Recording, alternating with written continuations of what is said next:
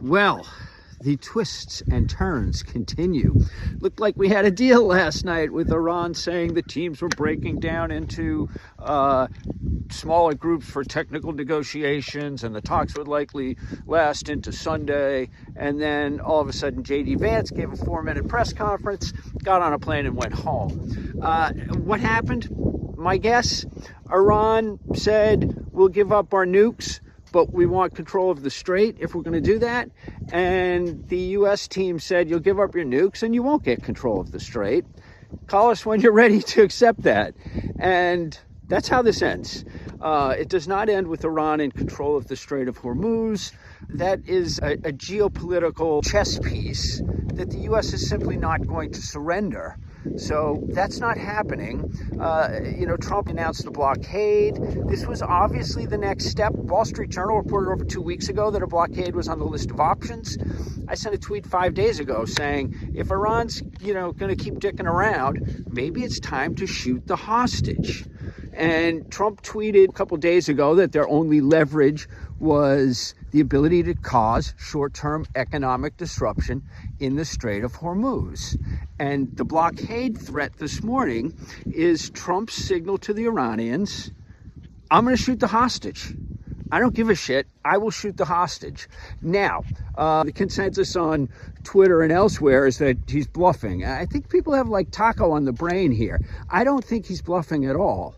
So he went into this, one of my foundational assumptions was that he's not going to get sucked into troops on the ground. So to put an optimistic spin on what is a bit of a mess we're in here, I think he's standing by that red line, which is critical.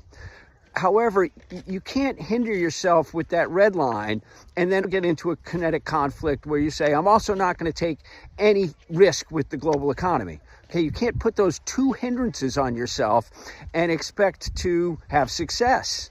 And I think he's willing to let the global economy take the hit if need be. You know where the hit would be really bad? China. Okay, not only is China dependent on oil that comes through the Strait, who else is dependent on oil that comes through the Strait? Japan, Korea, the EU, most of Asia. Basically everybody who's buying Chinese exports right now.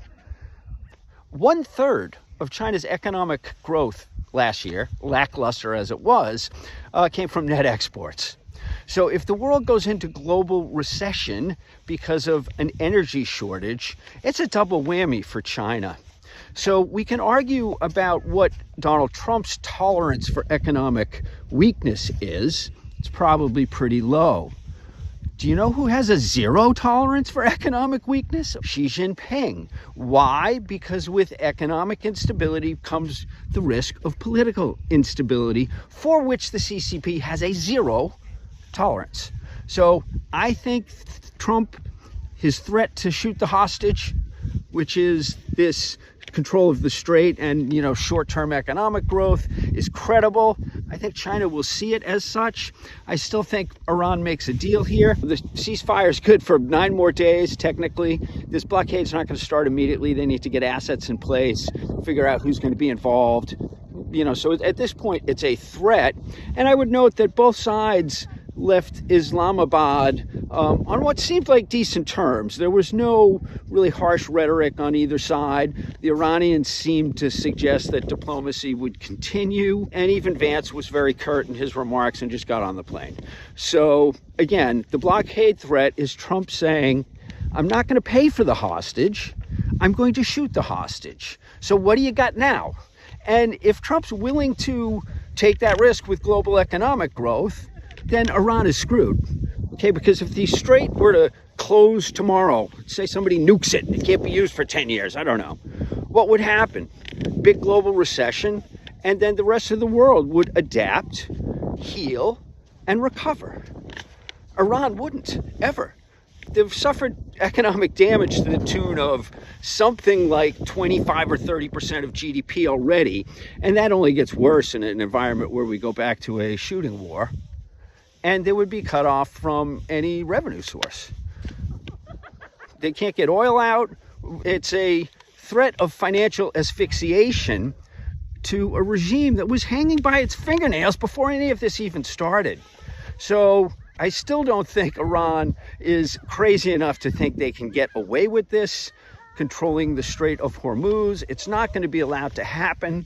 Obviously, it could be very negative for equity markets if Trump has to follow through on this threat, which, if the Iranians don't cave, is what will happen. I think Iran can see that if Trump calls them on this threat, then they are in a situation which, while it will be negative for the U.S. economy and everybody else, will basically be a death knell for the IRGC. There's no way they can recover from that scenario. And again, the rest of the world can. We had a big recession in 2008. We shut down the freaking world for months in 2020. People talk about a global recession as if it's like nuclear winter or something. We've had recessions. It sucks. Price of oil goes to 200. That will ration a restricted supply of oil, and a lot of economic activity that would have otherwise taken place won't. It sucks. It's not the end of the world. There'll be financial problems. The Fed will probably end up easing. You'll have inflation, not great for the midterms if it extends for several months. But again, I think President Trump has told the world, if that's the way it's got to be, that's the way it's got to be. He's not going to allow this tolling thing to continue. I think Iran will understand that it's a credible threat, and it's one that puts them in a situation where they simply cannot win. There's a deal on the table for sanctions relief. They'll have access to cash, and the regime can survive and live to fight another day if they take the deal.